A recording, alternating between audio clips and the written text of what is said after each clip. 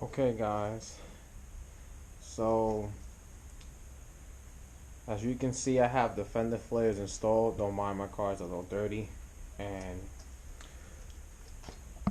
what today's video is gonna consist of is, you see how right here it's kind of like the plastic to metal or fiberglass to metal, and it has like this little gap here.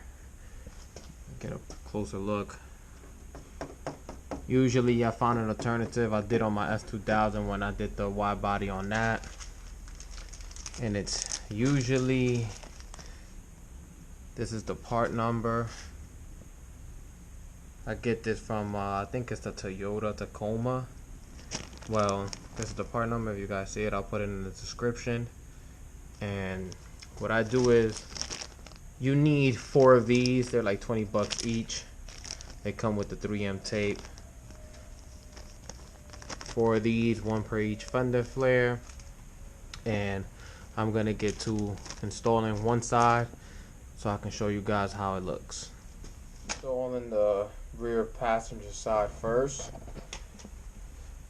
Here you go, so you guys can get a better look. As you can see, it closes that gap all around. Makes it look really flush and original.